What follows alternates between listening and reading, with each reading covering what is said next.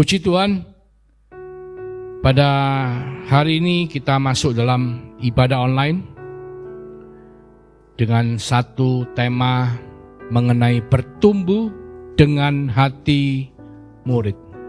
Kenapa saudaraku kita harus bertumbuh? Karena secara jasmani kita semua tahu bahwa kita bertumbuh. Demikian pula secara rohani kita juga harus bertumbuh. Nah, bertumbuh itu bagaimana? Supaya kita semua bisa memiliki satu kondisi yang membuat kita bertumbuh dengan baik, yaitu kita harus memiliki hati seorang murid, saudaraku. Nah, hati murid ini hati yang bagaimana, saudaraku? Nah, kalau kita melihat pendidikan, ada 4 pilar pendidikan yang telah diberikan oleh UNESCO, dan ini 4 pilar ini dipakai oleh Badan Dunia UNESCO untuk membuat jadwal kurikulum di sekolah untuk menentukan bagaimana mereka mengajar mendidik murid-murid di sekolah. Ya, ada 4 pilar. 1, learn to know, belajar untuk mengetahui. Ya, kita kalau dulu kita beli buku, kita baca buku, sama guru dijelaskan. Hari ini saudaraku, ada satu sahabat kita, guru kita yang selalu ada, yaitu namanya Mbah Google. Ya, jadi learn to know, belajar untuk mengetahui itu sekarang hari-hari ini saudaraku, kita nggak usah beli buku, kita cukup masuk searching di Google. Nah, ini penting.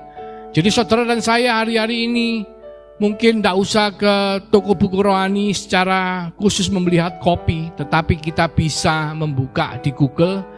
Dengan topik yang kita miliki, kita bisa cari artikel-artikel yang terkait di Google. Ya, kita bisa belajar untuk mengetahui secara kerohanian bagaimana kita bisa bertumbuh dengan searching di Mbah Google. Ya.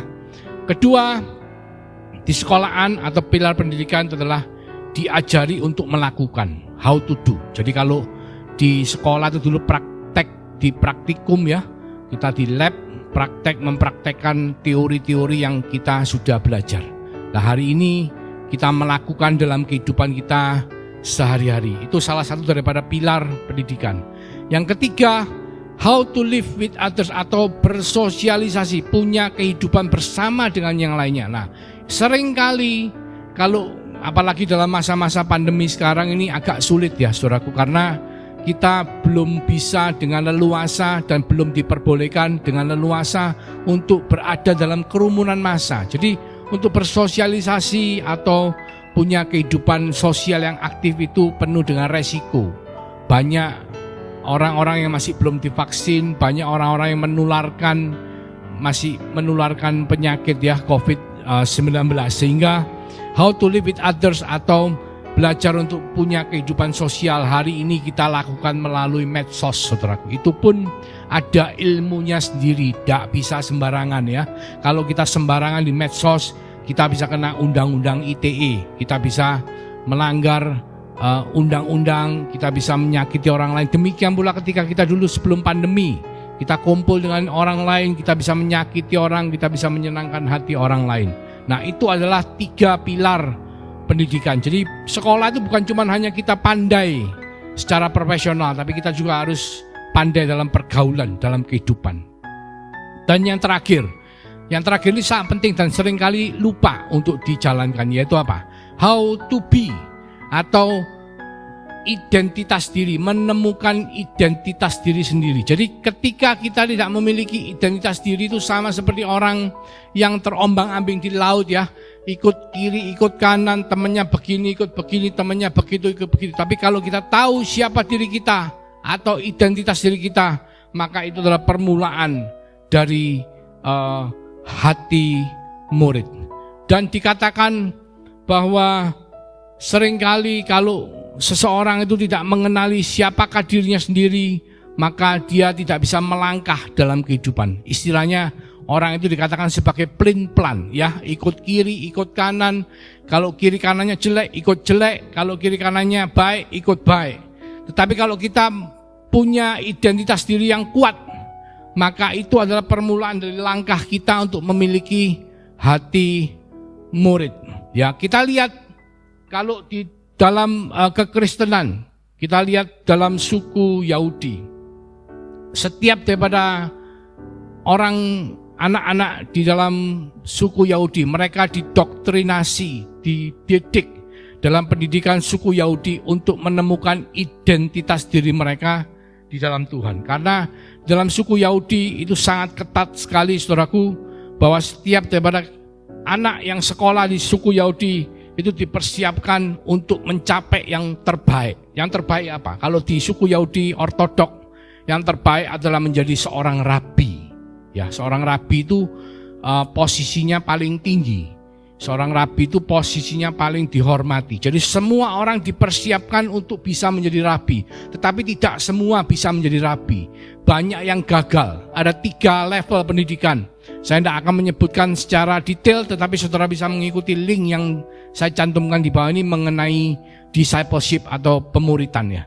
Di situ ada 3 pendidikan Yahudi, dan kalau mereka lulus, dan tingkat terakhir di pendidikan Yahudi adalah belajar Bet Midras ya, di madrasah. Belajar untuk mengikuti rabi mereka, guru mereka, untuk menjadi rabi, menjadi seperti gurunya. Jadi setiap daripada mereka dididik untuk mengikuti gurunya dan hidup menjadi seperti gurunya. Cara berpakaian, cara melakukan aktivitas kehidupan, dan semua hal. Nah, demikian pula saudara dan saya dalam kekristenan.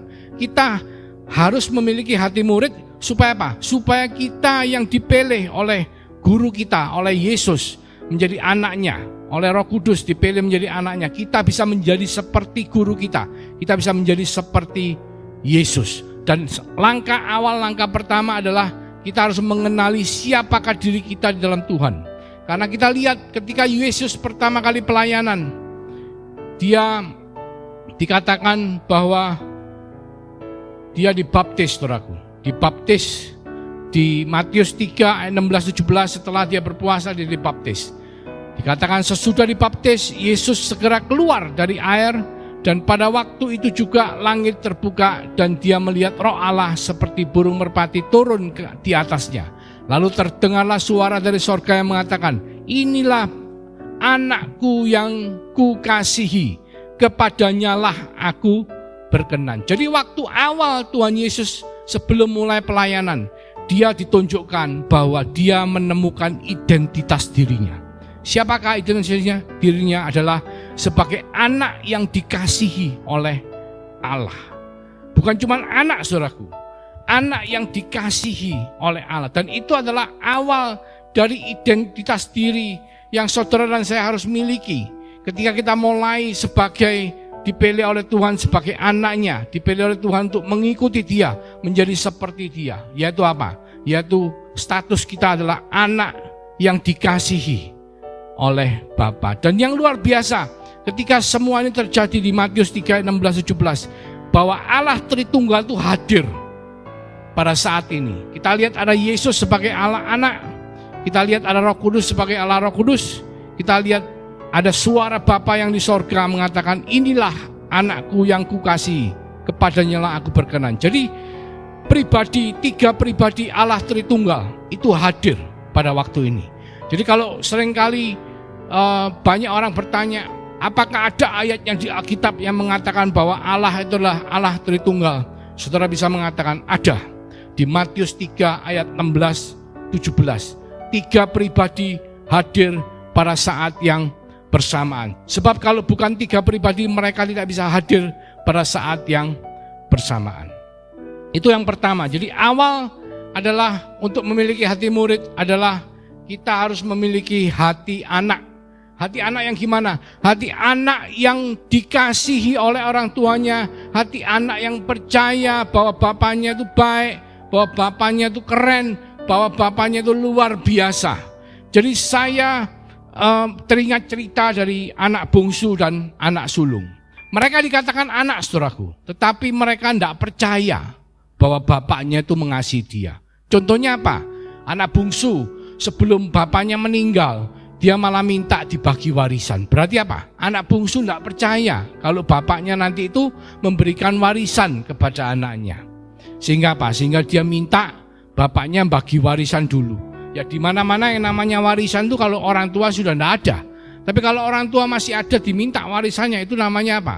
Anak durhaka, ya kan? Anak yang tidak percaya sama bapaknya. Nah itu yang terjadi. Sehingga apa? Akhirnya anak yang bungsu itu membawa hartanya dan dia keluar dari rumah dan dia menghabiskan hartanya dengan berfoya-foya. Setelah habis itu pun masih kelihatan bahwa dia itu tidak percaya kalau bapaknya itu baik, tidak percaya kalau bapaknya itu mengasihi dia. Bahkan dia ngomong gini, waduh aku di sini tidak bisa makan ya, enakan jadi pegawainya bapakku saja. Aku tak balik minta sama bapakku untuk jadi pegawainya saja, karena di rumah bapakku banyak makanan. Ya, jadi dia tidak percaya kalau dia balik itu sama bapaknya itu masih dianggap anak. Tidak percaya, dipikirnya dia paling aku balik dijadikan pegawai. Itu pun masih untung katanya. Ya, itu adalah tanda bahwa dia tidak memiliki hati anak. Demikian pula anak yang sulung. Anak yang sulung juga tidak percaya kalau bapaknya itu baik. Jadi dia tidak punya hati anak. Sehingga ketika dia melihat bapaknya itu merayakan anak bungsunya yang kembali dengan menyembelih domba, dia iri hati dan dia marah. Aku dulu kerja seumur hidup ikut kamu, nurut. Kamu tidak pernah memberikan aku apa-apa. Tetapi anak bungsu yang murtad, yang jahat, yang durhaka, kembali engkau menyembelih kambing. Terus bapaknya ngomong apa? Loh, Lek, semua yang kumiliki ini adalah milikmu. Masa kamu tidak percaya? Jadi di situ menunjukkan apa? Anak yang sulung itu tidak memiliki hati anak, saudaraku. Padahal hati anak itu adalah salah satu syarat awal supaya kita bisa menjadi murid yang baik. Hati anak adalah salah satu syarat supaya kita bisa memiliki hati murid, sehingga ketika kita berjalan ikut Tuhan, kita bisa diubahkan oleh Tuhan. Makin hari makin serupa seperti Tuhan. Kalau Ayub, saudaraku, dikatakan di Ayub 13 ayat 15, saya ambil yang versi bahasa Inggris ya, karena versi bahasa Indonesia terjemahnya lain. Dikatakan seperti ini, though he slay me, yet will I trust him. Jadi artinya apa? Meskipun Tuhan itu menyembelih, membunuh aku, tetapi aku tetap percaya kepada dia. Nah ini sesuatu yang luar biasa. Seorang anak itu percaya, seperti Ishak. Ketika Ishak mau ditangkap oleh Abraham, mau disembelih, dia tidak melawan. Dia yang semestinya usianya belasan tahun, yang jauh lebih kuat daripada orang yang usianya 100 tahun lebih.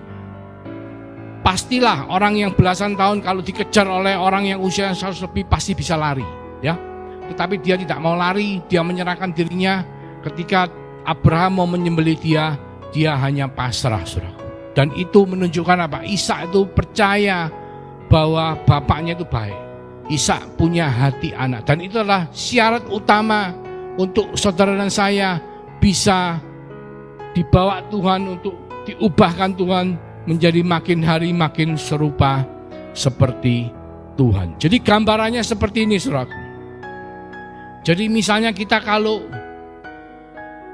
punya anak, saya percaya ketika anak kita itu punya bapak yang baik, percaya bahwa bapaknya baik, percaya bahwa bapaknya luar biasa, percaya bahwa bapaknya itu super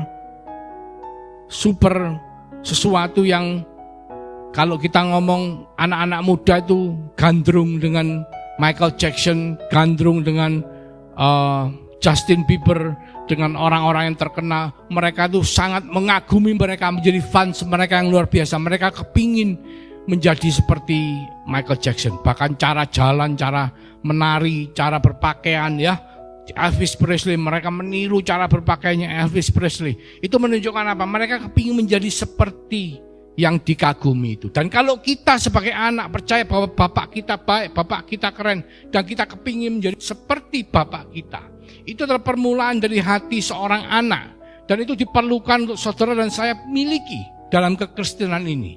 Jadi misalnya kalau saya tanya ada seorang anak yang bapaknya luar biasa, dahsyat, keren, baik, kaya, ganteng. Kira-kira kalau anak itu laki ditanya sama orang, "Nak, kamu kalau besok besar kepingin jadi seperti apa?" Maka dia pasti ngomong, "Aku kalau besok besar aku kepingin jadi seperti bapakku." Dan kalau anak perempuan punya bapak yang keren, ganteng, kaya, cantik, setia, mencintai dia, Kalau ditanya, nak, kamu kalau besok punya suami, kamu kepingin suami yang seperti apa? Dia pasti ngomong, aku kepingin suami yang seperti bapakku. Nah, ini adalah hati anak, identitas diri kita. Ketika kita percaya bahwa Bapak kita baik, Bapak kita keren, Yesus kita luar biasa, Yesus kita dahsyat, Yesus kita baik, Yesus kita mengasihi kita, dan kita adalah anak yang berkenan di hadapan Dia, maka kita akan ingin menjadi seperti Bapak kita, ingin menjadi seperti Yesus.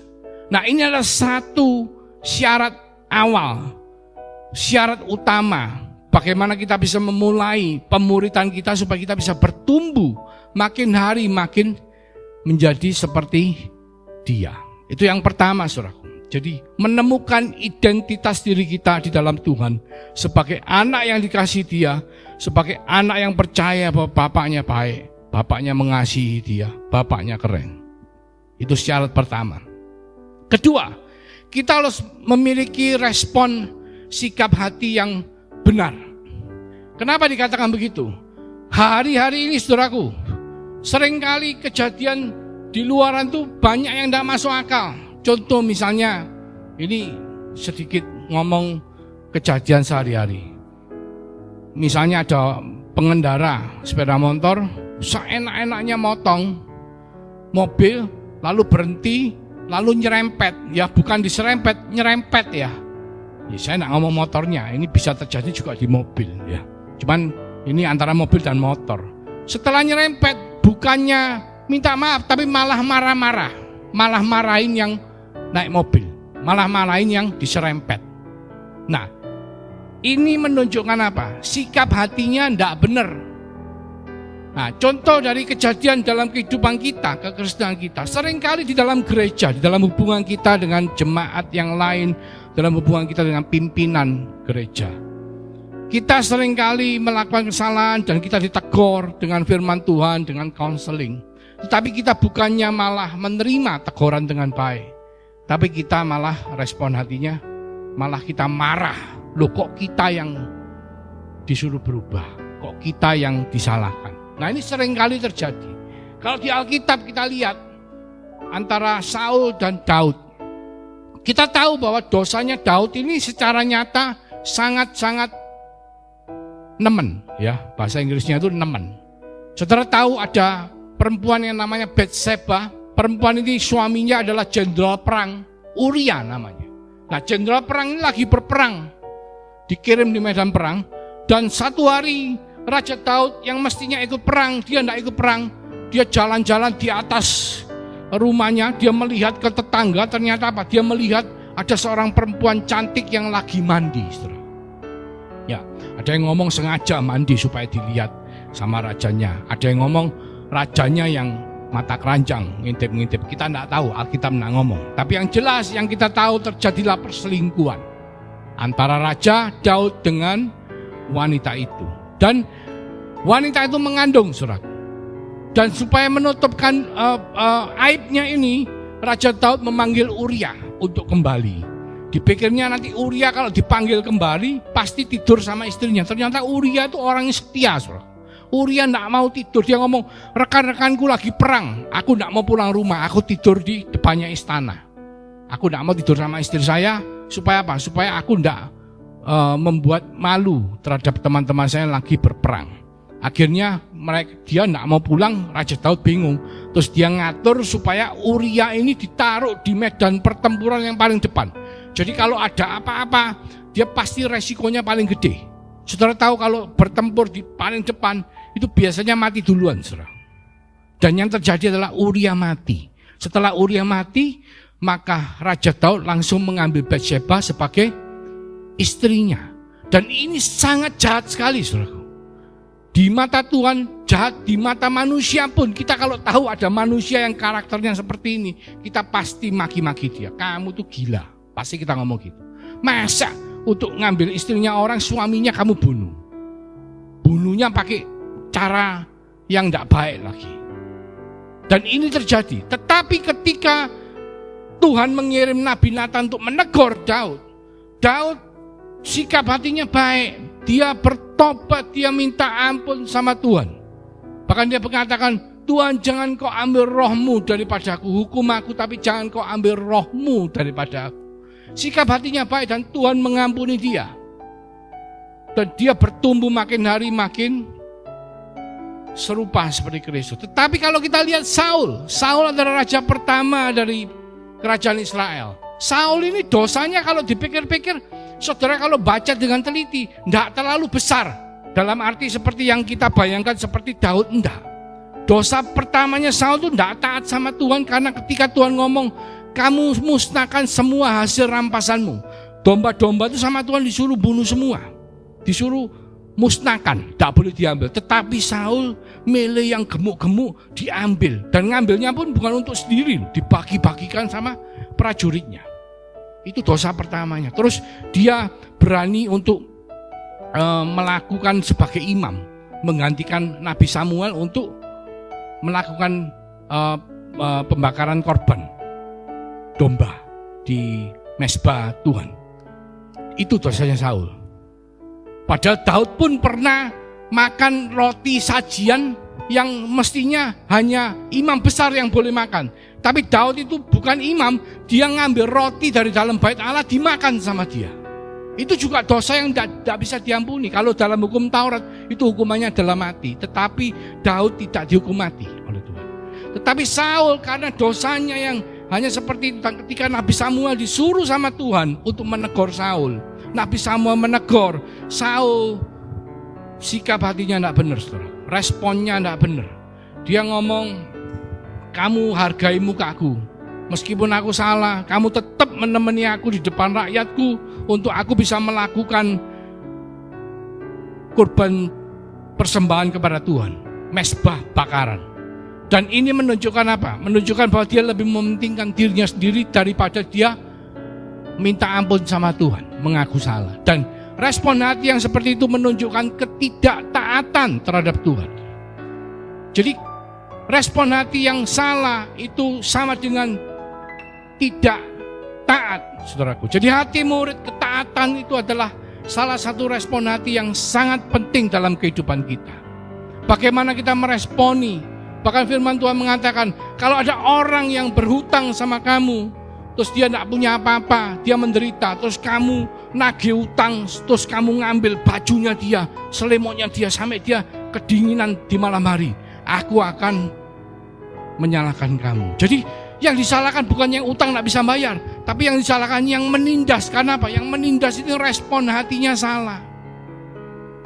Jadi kedua, untuk memiliki hati murid adalah sangat penting kita punya respon hati yang benar, sikap hati yang benar. Jadi kalau kita salah, kita ditegur, firman Tuhan menegur kita, janganlah kita ngomong, oh firman itu bukan untuk saya, firman itu untuk si A, firman itu untuk si B. Enggak, saudara. Tapi terimalah seperti Raja Daud menerima teguran dari Tuhan. Siapapun yang disuruh Tuhan, bisa firman Tuhan, bisa hamba Tuhan, bisa melalui saudara seiman, bisa melalui keluarga, bisa bahkan melalui siapapun Tuhan bisa pakai. Bileam ditegur oleh Tuhan melalui siapa? Melalui keledai yang ditumpanginya, melalui binatang. Tuhan bisa menggunakan apapun, siapapun untuk menegur saudara dan saya. Dan ketika itu terjadi, ayo punya sikap hati yang benar dan baik, punya ketaatan kepada Tuhan. Karena firman Tuhan adalah ya dan amin. Ketika kita punya sikap hati yang benar dan baik, maka proses pemuridan kita akan berlangsung. Pertumbuhan rohani kita akan berjalan dengan baik. Itu adalah poin yang kedua. Poin yang ketiga, saudaraku, bahwa setiap daripada kita tahu murid ya. Kalau misalnya saudara di sekolah, mungkin sekarang kalau zaman pandemi kita tidak ketemuan ya. Istilahnya murid-murid sekolah melalui Zoom, melalui online jarak jauh ya, sehingga tidak bisa ketemu. Tapi saya percaya tetap saudara harus mengikuti tes atau ujian. Betul enggak? Ada enggak sekolah yang tidak memberikan tes, tidak memberikan ujian? Mau enggak saudara sekolah di tempat yang tidak ada tesnya, tidak ada ujiannya?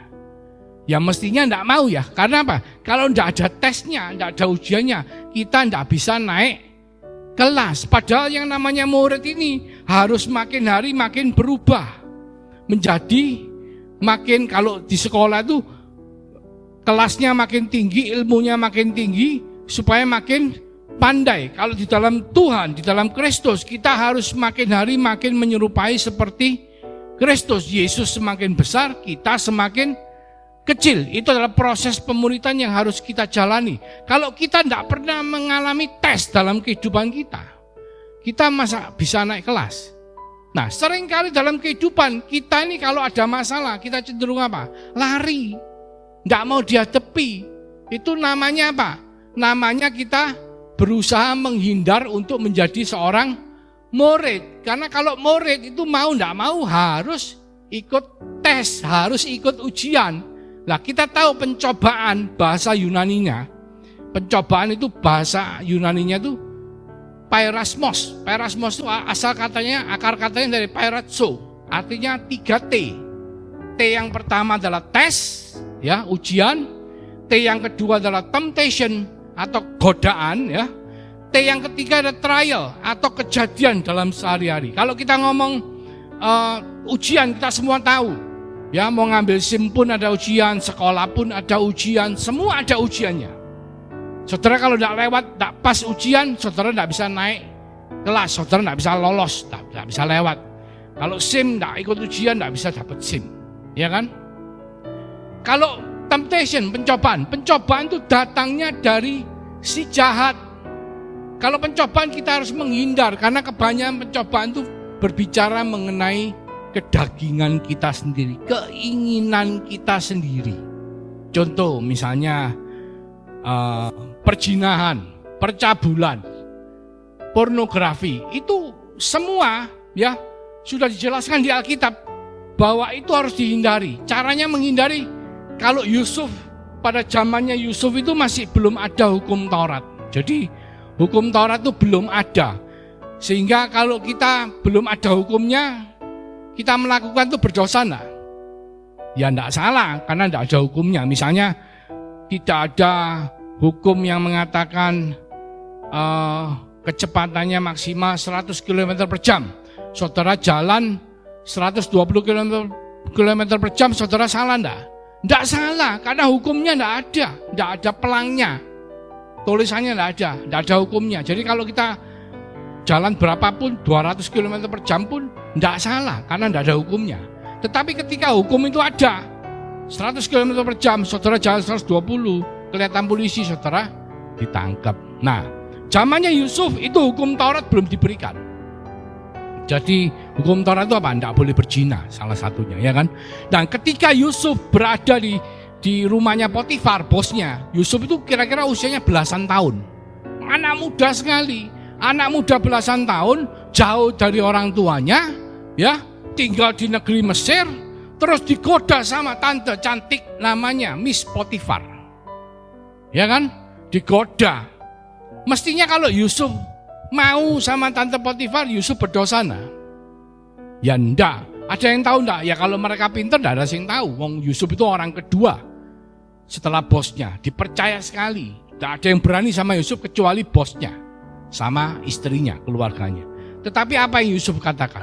Aku enggak mau. Bahkan pertama ketika dia diajak selingkuh, dia lari, saudaraku. Jadi kalau menjauhi percabulan, menjauhi godaan itu kita harus lari. Jangan, oh aku kuat, aku sanggup. Jangan. Tuhan di dalam firman-Nya sudah menjelaskan, lari menjauhi pencobaan. Ya, jangan merasa kuat. Karena apa? Si jahat itu seperti singa yang mengaum-ngaum, selalu mencari mangsa. Ya, tidak pernah tidur 24 jam sehari, saudara. Jadi saudara lari dari pencobaan. Itu T yang kedua. T yang ketiga itu trial. Kalau trial itu tidak ada satupun yang bisa lewat. Seperti sekarang, pandemi COVID-19 ini adalah trial, pencobaan yang semua orang menghadapi. Seperti kelaparan 7 tahun di Mesir. Itu semua orang menghadapi, semua orang mengalami bencana kelaparan. Jadi kita harus belajar untuk bergantung kepada Tuhan. Ketika kita melewati masa trial seperti hari-hari ini, saudaraku, dalam masa pandemi, kita harus belajar untuk berserah kepada pimpinan dan tuntunan Tuhan. Dan ini adalah waktunya kita untuk duduk diam tenang, mengharapkan kekuatan daripada Tuhan, mengharapkan Dia bekerja untuk menuntun, melindungi, menyertai kehidupan saudara dan saya. Jadi ada 3 T yang arti daripada pencobaan atau peirasmos adalah tes atau ujian yang mana kita tidak boleh menghindar. Sebagai murid kita harus mengambil tes. Jadi kalau ada kesulitan dalam kehidupan kita, kita jangan lari dari kesulitan itu, karena Tuhan izinkan kita mengalami kesulitan itu bukan untuk kita menjadi lebih lemah, tapi membuat kita, melatih kita agar kita menjadi lebih kuat. Contoh misalnya ketika saudara ditempatkan, saya baru ngisi di radio mengenai topik ini. Ada yang tanya begini, loh Pak, bagaimana saya bisa belajar menjadi seperti Kristus kalau saya ini punya pimpinan gereja, gembala yang istilahnya tidak memberikan teladan yang baik. Jadi maksudnya menurut dia gembala itu jelek. Mungkin jelek banyak ya, saya tidak tahu detailnya, cuman dalam arti menurut dia jelek. Jadi dia merasa lebih baik dari gembalanya. Terus dia ngomong, bagaimana saya bisa belajar seperti Kristus kalau gembala saya itu jelek. Itu bahasanya seperti itu. Terus saya menjawabnya seperti ini, saudaraku, bahwa ketika Tuhan izinkan dia ditempatkan di tempat itu berarti dia tuh sedang dipersiapkan untuk menjadi pemimpin yang lebih baik dari gembalanya. Bukannya dia terus menghindar, lari keluar, oh aku enggak mau ini tes ini, aku enggak mau, lari terus pindah gereja. Karena nanti kalau pindah gereja di tempat lain, pemimpinnya juga belum tentu baik. Karena baik buruk itu kan kadang-kadang kacamata kita yang enggak benar. Kacamata kita yang membuat kita melabel seseorang itu baik, melabel seseorang itu buruk. Yang jelas tidak ada manusia yang sempurna. Tetapi kalau Tuhan izinkan, apalagi dalam konteks pemuritan di dalam gereja, dalam konteks struktur pemimpin dan jemaat, itu kita harus mau untuk menghadapi tes itu, pencobaan itu, supaya apa? Supaya kita dipersiapkan untuk menjadi pemimpin yang lebih baik. Tetapi kalau kita menghindar tes itu, kita keluar, lari, pindah gereja, kita akan menemui hal yang serupa tapi tak sama. Karena apa? Tidak ada pemimpin yang sempurna. Tidak ada manusia yang sempurna kecuali Yesus Kristus. Amin. Ya, ada 3 hal untuk kita bisa punya hati murid, untuk kita bisa membawanya dalam kehidupan kita, sehingga apa? Sehingga saudara dan saya bisa diubahkan oleh Tuhan. Seperti kalau jasmani makin hari makin bertumbuh, spiritual rohani kita makin hari makin membuat kita menjadi makin serupa seperti Kristus. Yang pertama adalah kita tahu bagaimana menyadari identitas diri kita sebagai anak yang dikasihi Tuhan, sebagai anak yang memiliki bapak yang keren, sebagai anak yang percaya bahwa bapaknya mengasihi dia, sebagai anak yang percaya bahwa kita dipersiapkan untuk menjadi seperti bapak kita. Itu yang pertama. Kedua, kita harus punya sikap hati, respon hati yang benar. Karena respon hati, sikap hati yang benar membawa kepada ketaatan. Ya, kita tidak boleh kalau ditegur, ya namanya murid pasti ada orang yang menegur kita. Yang namanya murid pasti kita punya mentor yang lebih tinggi dari kita. Kita siapkan hati kita untuk ditegur, dikritik, dan kita harus punya sikap hati yang baik seperti Daud. Supaya apa? Supaya Tuhan bisa memproses kita menjadi yang lebih baik. Yang ketiga, kita tidak boleh lari dari tes. Ya, kita harus mengerti pencobaan yang sedang kita hadapi dan kita harus mengambil sikap yang benar. Kalau tes kita tidak boleh lari, kalau temptation, godaan kita harus lari menjauh. Kalau trial kita harus belajar untuk bersandar kepada Tuhan. Saya percaya ketika kita mau melakukan itu semua, maka Tuhan akan bekerja dalam kehidupan saudara dan saya. Roh Kudus yang telah dimeteraikan dalam hidup kita semua akan mengubahkan kita makin hari makin menyerupai seperti Kristus. Dikatakan from glory to glory. Demikianlah kerinduan Tuhan supaya saudara dan saya makin hari makin menyerupai Kristus. Mari kita tundukkan kepala. Terima kasih Tuhan. Kalau Engkau mengingatkan kami bahwa kekristenan adalah mengenai bagaimana kita mengikut Tuhan dalam satu pemuritan, dalam satu discipleship, di mana memerlukan kami untuk memiliki hati murid.